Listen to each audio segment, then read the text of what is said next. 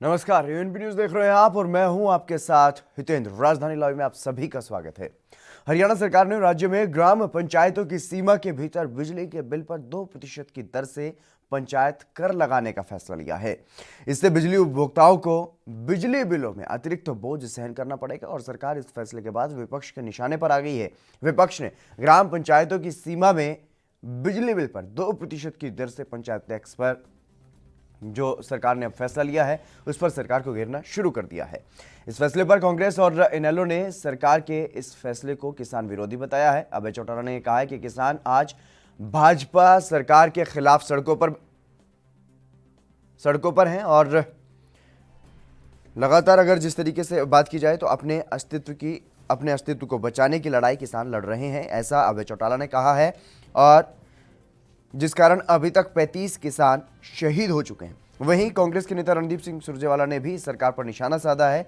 उन्होंने कहा है कि ग्रामीण इलाकों में बिजली दरों में बढ़ोतरी के लिए खट्टर सरकार की कड़ी निंदा की है और रणदीप सुरजेवाला ने प्रदेश सरकार से ग्रामीण उपभोक्ताओं पर लगाए 2% पंचायत टैक्स को तुरंत प्रभाव से वापस लेने की मांग की है।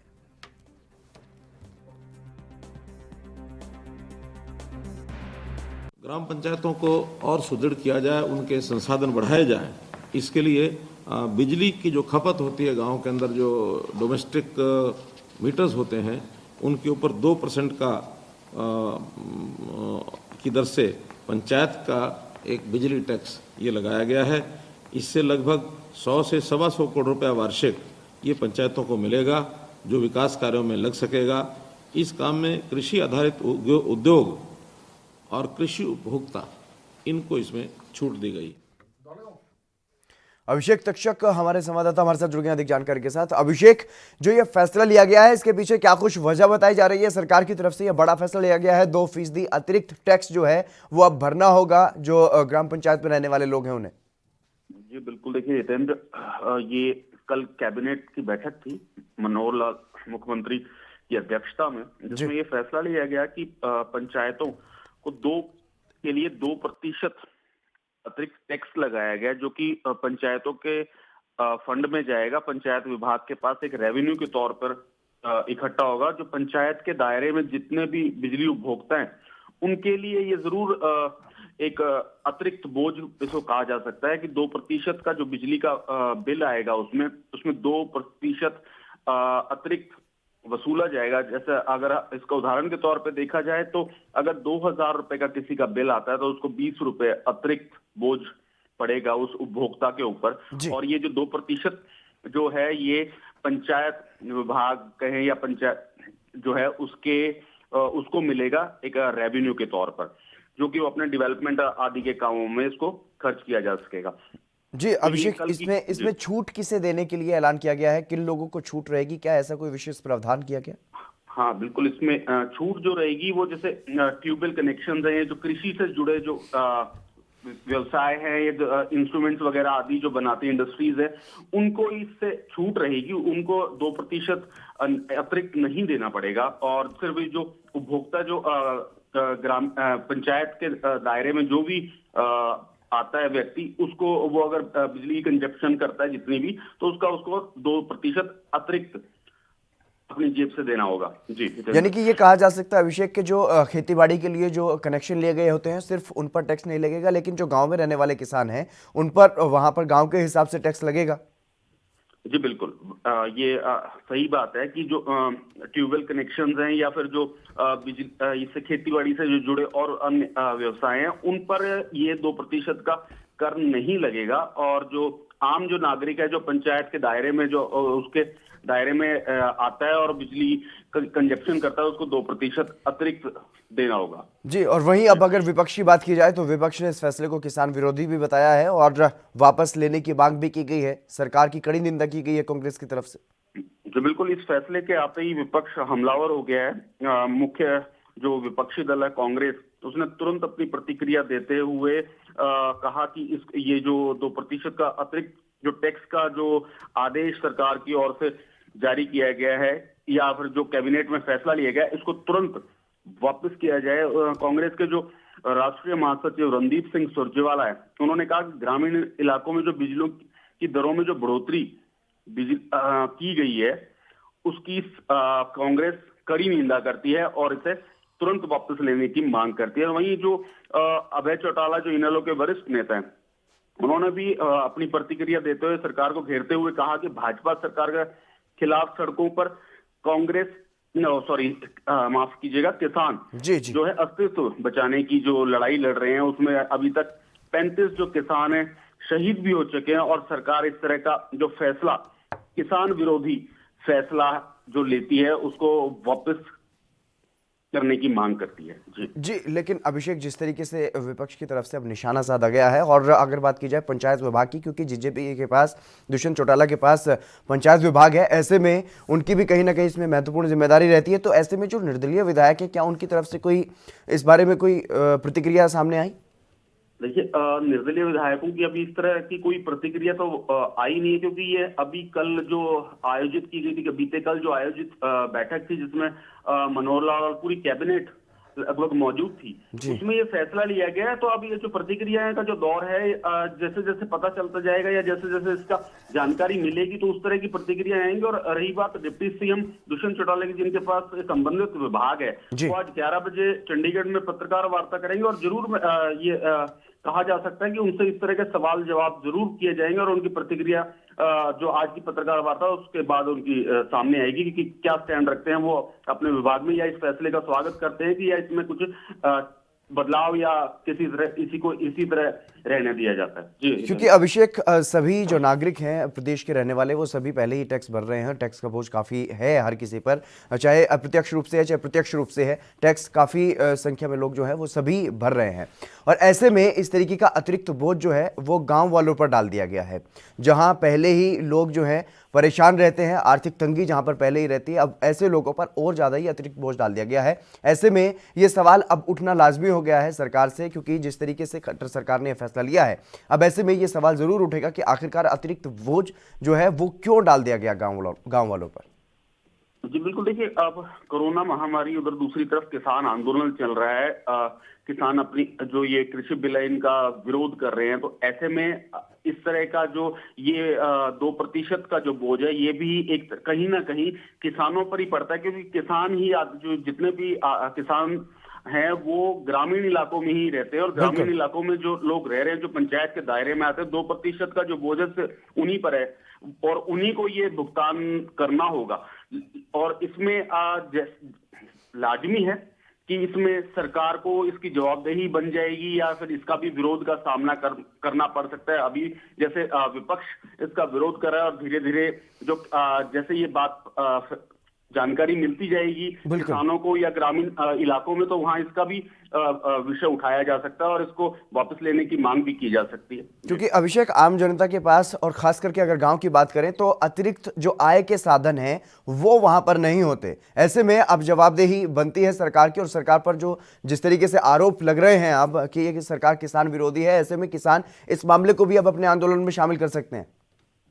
ये देखिए हितेंद्र, ये आपकी बात सही है कि जो ग्रामीण इलाकों में जो रहते हैं उनके जो कमाई के संसाधन है वो सीमित रहते हैं। ज्यादातर कृषि पे ही आधारित जो काम होता है वही वो करते हैं जो गांव आदि में जो रहते हैं।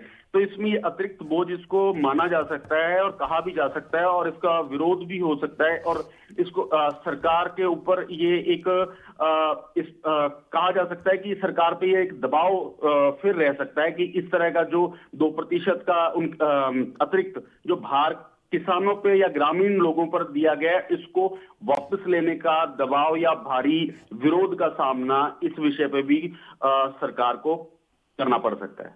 जी, लेकिन अगर बात की जाए, क्योंकि लगातार जिस तरीके से किसान आंदोलन चल रहा है, सरकार का विरोध चल रहा है, अंबाला से सीएम को वापस तक लौटना पड़ा, ऐसी हालत हो गई थी वहां पर, इतना जोरदार जो है विरोध प्रदर्शन वहां पर किया गया, लेकिन उसके बावजूद भी इस तरीके के फैसले लेने में हिचकिचा नहीं रही सरकार।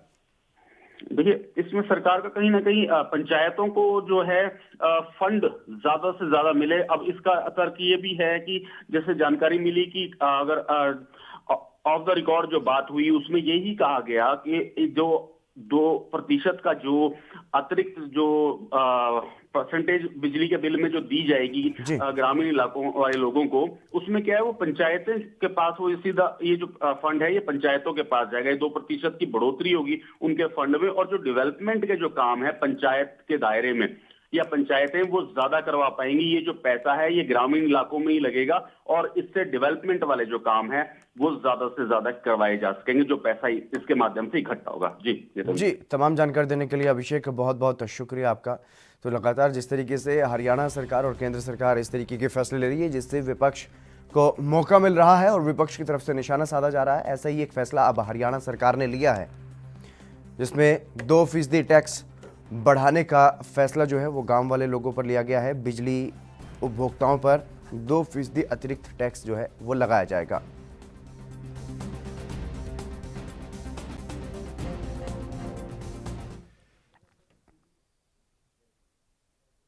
वहीं कृषि कानूनों के खिलाफ किसानों के आंदोलन का 29वां दिन है और गतिरोध खत्म करने के लिए सरकार की ओर से भेजे गए प्रस्ताव को आंदोलनकारी किसानों ने ठुकरा दिया है।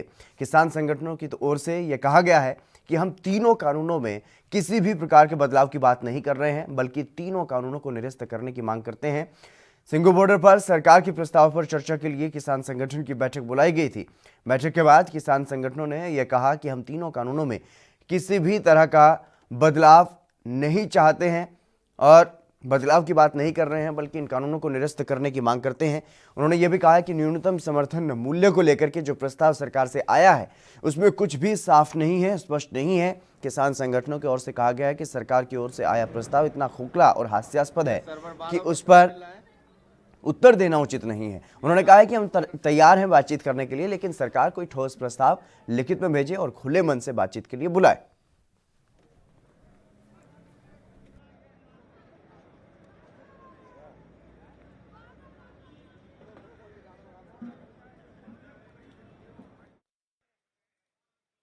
वार्ता बाबत ये सब्जेक्ट है महोदय। यह आपके 20 दिसंबर 2020 के उस पत्र के जवाब में है जो क्रांतिकारी किसान यूनियन पंजाब के श्री दर्शन पाल जी को संबोधित है, जिसमें सरकार के साथ बातचीत में शामिल रहे 39 अन्य साथियों को भी कॉपी किया गया है। ये चिट्ठी उन्होंने भेजी थी। पॉइंट 1, हमें अफसोस है कि इस पत्र में आपने पूछा है कि हमारा पिछला पत्र केवल एक व्यक्ति का मत है या कि सभी संगठनों का यही विचार है। हम आपको बता देना चाहते हैं कि डॉक्टर दर्शन पाल जी के नाम से भेजा गया पिछला पत्र और यह संयुक्त पत्र संयुक्त किसान मोर्चा के इस आंदोलन में शामिल सभी संगठनों द्वारा लोकतांत्रिक चर्चा के बाद सर्वसम्मति से बनी राय है।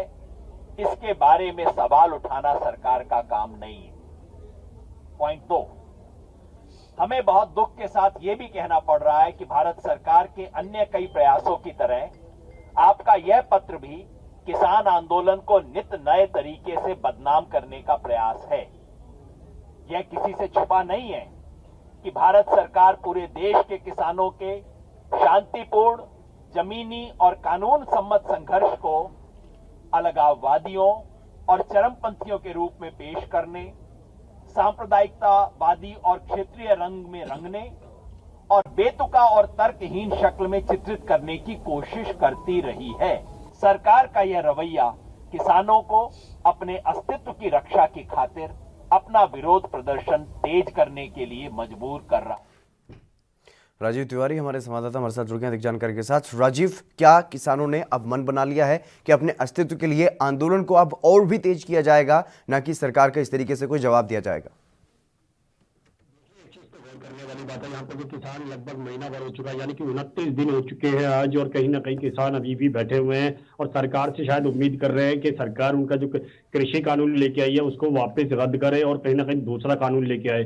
मगर जिस तरीके से कल कह सकते हैं जो सरकार की तरफ से एक प्रस्ताव भेजा गया था किसानों के लिए कि उसके अंदर सुझाव दिए गए थे कि आपको इतना बेनिफिट होगा, इस तरीके से होगा, मगर जो सुझाव था यानी कि जो प्रस्ताव भेजा हुआ था वो कहीं ना कहीं किसानों ने ठुकरा दिया। कारण यही था क्योंकि उसके अंदर ऐसा कुछ भी स्पष्ट नहीं था या कुछ भी ऐसा साफ शब्दों में नहीं लिखा था जिससे किसानों को लगे कि हाँ ये आंदोलन खत्म कर देना चाहिए। मगर जिस तरीके से उन्होंने कह सकते हैं किसानों ने कहा, इसके अंदर सिर्फ एक मजाक के तौर पर इन्होंने गोल मोल लिख दिया गया है कि कृषि कानून से इतना फायदा होगा, ऐसे फायदा होगा, मगर स्पष्ट नहीं है सिर्फ एक गोल गोल तरीके से लिखा हुआ है, जिससे सिर्फ किसान कह सकते हैं कि सिर्फ गुमराह हो सकते हैं और ना ही उससे कोई फायदा हो सकता है। मगर इसीलिए वो जो प्रस्ताव था वो ठुकरा दिया गया। और कहीं ना कहीं आप किसान चाहते हैं कि सरकार जब तक कृषि कानून वापस नहीं लेगी, या फिर उनके बीच में आकर क्यों नहीं बात करती है सरकार, क्योंकि जिस तरीके से लगातार कहीं ना कहीं बार बार सरकार कहती है कि हम बातचीत करने के लिए तैयार है, बातचीत करने के लिए तैयार है, किसान आए हम बातचीत करेंगे, मगर कितनी बार बातचीत करेंगे ये समझ में नहीं आ रहा किसानों को। क्योंकि किसान कह चुके हैं हमने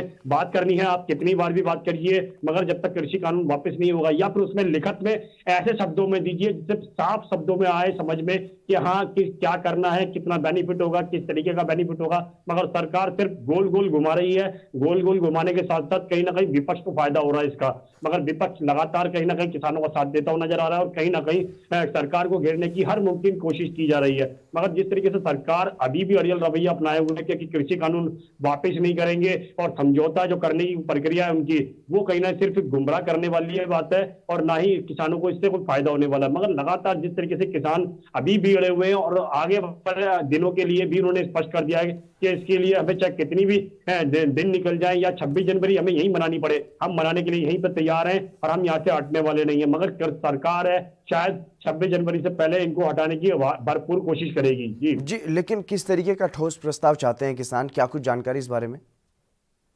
बिल्कुल बता दें, जिस तरीके से बात करें किसानों की, तो किसानों की तरफ से ये जरूर कहा जा रहा है कि स्पष्ट शब्दों के अंदर, मतलब एक साफ शब्दों के अंदर लिखा जाए कि इसके अंदर इतना बेनिफिट होगा और किसानों को ये चीज मिलेगी। मगर जो कल प्रस्ताव भेजा गया उसके अंदर सिर्फ गोल गोल लिखा हुआ था कि इसमें गुमराह करने वाली बात थी, कोई शब्दों में स्पष्ट शब्दों के अंदर नहीं था कि आपको इतना बेनिफिट मिलेगा, इतना मुनाफा मिलेगा, या फिर आपकी ये जमीनें हैं ये आपकी रहेंगी। एमएसपी को लेकर गुमराह करने वाली बात थी उसके अंदर भी, उसमें भी उनके लिए भी कहा गया किसानों की तरफ से कि जो एमएसपी को लेकर जो विवाद है वो कहीं ना कहीं साफ शब्दों में लिखें ताकि समझ में आ सके किसानों को भी। एक नॉर्मल इंसान को वो चीज पढ़ने में कहीं ना कहीं दिक्कतें आएंगी क्योंकि उसके अंदर ऐसा कुछ भी नहीं है जिससे आम इंसान समझ सके। मगर जिस तरीके से लगातार किसान चाह रहे हैं कि या तो हमसे साफ शब्दों में बात कीजिए या फिर इस प्रस्ताव को वापस कीजिए, मगर कहीं ना कहीं अभी भी सरकार वही चीज रास्ता अपना रही है, बीच का रास्ता अपनाए और ताकि ये प्रदर्शन को खत्म कर सके। मगर कि सिर्फ चुनिंदा नेताओं से बात कर रही है ना कि किसी और से। जी, लेकिन जिस तरीके से जो टकराव की स्थिति सरकार और किसानों के बीच बनती हुई नजर आ रही है उससे कहीं ना कहीं स्थिति बिगड़ती हुई नजर आ रही है। जो मसले का हल अब तक हो जाना चाहिए था वो करीब करीब 1 महीना हो चुका है, अभी तक भी कोई समाधान निकलता हुआ दिखाई नहीं दे रहा है। देखिए बिल्कुल एक चीज तो गौर करने वाली बात है, अगर सरकार चाहती तो इस मसले को लगभग 2 या 3 बातों के अंदर ही खत्म किया जा सकता था, मगर सरकार ने ऐसा कुछ भी नहीं करा। लगभग 7 बात दौर की बातें हो चुकी हैं और छोटी छोटी बातें तो कई बार हो चुकी हैं जो चुनिंदा नेताओं से हुई है, चुनिंदा संगठनों से हुई है। मगर सरकार अभी भी सिर्फ बीच का ही रास्ता अपना रही है, ना कि कोई और। मगर किसान हैं वो अपनी बातों पड़े हुए, क्योंकि जो किसान प्रदर्शन कर रहे हैं वो एक बहुत बड़ा ग्रुप बन चुका है, एक गुट बन चुका है जो प्रदर्शन कर रहा है। जब तक उन गुटों को यानी कि उन लोगों को समझाया नहीं जाएगा शायद प्रदर्शन खत्म इसी तरीके से चलता रहेगा। मगर सरकार अभी भी सिर्फ बीच का रास्ता निकालने की कोशिश कर रही है, ना कि कुछ और।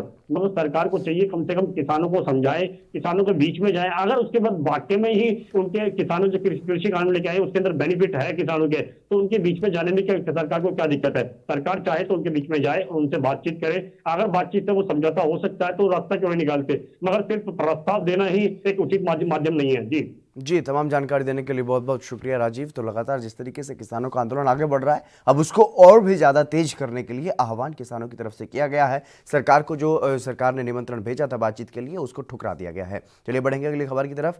छत्तीसगढ़ के बस्तर में खनिज विभाग ने बड़ी कार्रवाई की है। विभाग ने अवैध रूप से गौण खनिज का परिवहन करने वाले 6 टिप्पर वाहनों को जब्त कर लिया है। बीते लंबे समय से अवैध रूप से गौण खनिज का परिवहन करने की सूचना विभाग को मिल रही थी और खनिज विभाग ने मंगलवार और बुधवार को ये कार्रवाई की है और इस कार्रवाई में 6 टिप्पर वाहनों को रोक करके जांच की गई। पूछताछ में टिप्पर चालकों द्वारा ज़रूरी दस्तावेज नहीं दिखाए गए, इसलिए जांच दल ने वाहनों को जब्त कर लिया और पकड़े गए 6 वाहनों में से 3 में से रेत और 3 में चूना पत्थर का परिवहन किया जा रहा था। मामले में खनिज विभाग ने दंडात्मक कार्रवाई करने की बात कही है। खनिज विभाग की कार्रवाई जगदलपुर और कुमरावन क्षेत्र में की गई है। जब्त किए गए सभी वाहनों को परपा थाने में रखा गया है। जांच दल द्वारा कल शिकायत प्राप्त होने पर दिनांक 22/12 और 23/12 को कुल 6 वाहन जब्त किया गया है। उसमें से 3 गाड़ियाँ रेत की है और 3 गाड़ियाँ गिट्टी की परिवहन कर रहे थे। इनके पास कोई भी वैध परिवहन नहीं था कि वाहन परिवहन कर सके इन लोग, तो इनको अवैध परिवहन के अंतर्गत जब्त करते हुए थाना परिसर परपा में रखा गया है। खनिज विभाग की ये बड़ी कार्रवाई, छत्तीसगढ़ के बस्तर में बड़ी कार्रवाई की गई है खनिज विभाग की तरफ से। जिस तरीके से अवैध रूप से वहां पर गौण खनिज का परिवहन किया जाता था, उसको लेकर के सूचना पिछले काफ़ी समय से मिल रही थी और अब ये बड़ी कार्रवाई जो है वो की गई है। इसमें 6 टिप्पर वाहन जो हैं उनको जब्त किया गया है। अवैध रूप से गौण खनिज का परिवहन किए जाने की सूचना पिछले काफ़ी दिनों से विभाग को मिल रही थी और उसी के तहत मुखबिर की सूचना के आधार पर यह कार्रवाई की गई। मामले में खनिज विभाग ने दंडात्मक कार्रवाई करने की बात कही है। खनिज विभाग की कार्रवाई जगदलपुर और कुमरावंड क्षेत्र में ये की गई है और वहां से इन सभी वाहनों को परपा थाने में ले जाया गया है। छत्तीसगढ़ के बस्तर का ये पूरा मामला बताया जा रहा है। बस्तर में भी परपा थाने क्षेत्र में इन सभी वाहनों को ले जाया गया है क्योंकि इनमें अवैध रूप से गौण का खनन किया जा रहा था और यही वजह है कि विभाग को पिछले काफ़ी समय से सूचना जरूर मिल रही थी, लेकिन इस पर कोई कार्रवाई अभी तक नहीं की गई थी। लेकिन अब रंगे हाथ पकड़ने के लिए कार्रवाई की गई जब जांच की टीम वहां पर पहुंची और इन वाहन चालकों से दस्तावेज मांगे गए। ज़रूरी दस्तावेज वो वाहन चालक नहीं दिखा पाए, इस वजह से ये बड़ी कार्रवाई जो है वो विभाग की तरफ से की गई है। सभी वाहनों को जब्त कर लिया गया है और परपा थाना क्षेत्र में पहुंचाया गया है। खनिज विभाग ने ये बड़ी कार्रवाई की है और ये बड़ी कार्रवाई करते हुए 6 टिप्पर वाहनों को रोक करके उनसे जांच की गई और दस्तावेज मांगे गए। वो अपने दस्तावेज जो है वो नहीं दिखा पाए, इसी वजह से ये कार्रवाई की गई और सभी के सभी वाहनों को जब्त कर लिया गया है, परपा थाना क्षेत्र में पहुंचाया गया है। अवैध रूप से गौण खनिज का परिवहन जो है वो पिछले काफ़ी समय से हो रहा था। इस बारे में बार बार विभाग को सूचना मिल रही थी और कार्रवाई ना करने के आरोप भी लग रहे थे, लेकिन पुख्ता जानकारी मिलने के बाद जब टीम ने कार्रवाई की और जो वाहन चालक हैं उनसे दस्तावेज मांगे गए, वो दस्तावेज जो है वो नहीं दिखा पाए और इसी वजह से ये कार्रवाई की गई है। सभी वाहनों को जब्त कर लिया गया है, परपा थाना क्षेत्र में ले जाया गया है।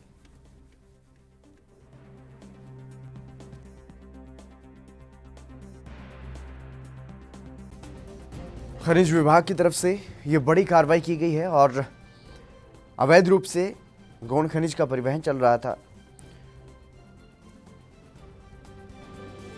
लेकिन विभाग को जानकारी मिली इस पूरे मामले के बारे में तो विभाग की तरफ से एक जांच टीम भेजी गई और ये कार्रवाई की गई। वाहन चालकों से दस्तावेज मांगे गए, वो दस्तावेज नहीं दिखा पाए जो ज़रूरी होते हैं, इसी वजह से इन सभी वाहनों को जब्त कर लिया गया और परपा थाना क्षेत्र में ले जाए गए हैं सभी वाहन।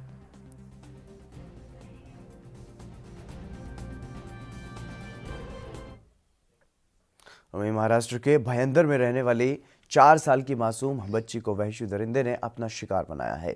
आरोपी बस ड्राइवर ने बस में खींचकर उसके साथ बलात्कार किया और बेहोश बच्ची को प्लास्टिक के थैले में ठूसकर उसे वसई के गोखीवरे इलाके में फेंक दिया गया। किसी महिला ने जिस गोनी में बच्ची को रखा गया था उसमें हलचल की बात पुलिस को बताई और पूरा मामला उजागर हो गया। यादव नामक अपराधी ने इंसानियत को शर्मसार किया है।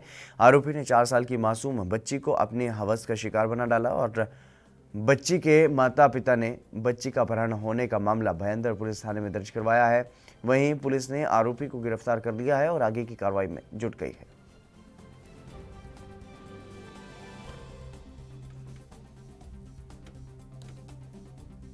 कल भाईंदर पुलिस स्टेशन में एक महिला कंप्लेंट देने आई थी कि उसकी 4 साल की बच्ची जो मोहल्ले के कुछ बच्चियों के साथ वहीं पर एक पार्क बस में खेल रही थी, तो बाकी बच्चे लौट आए लेकिन उनकी जो 4 साल की बच्ची थी वह वापस नहीं आई।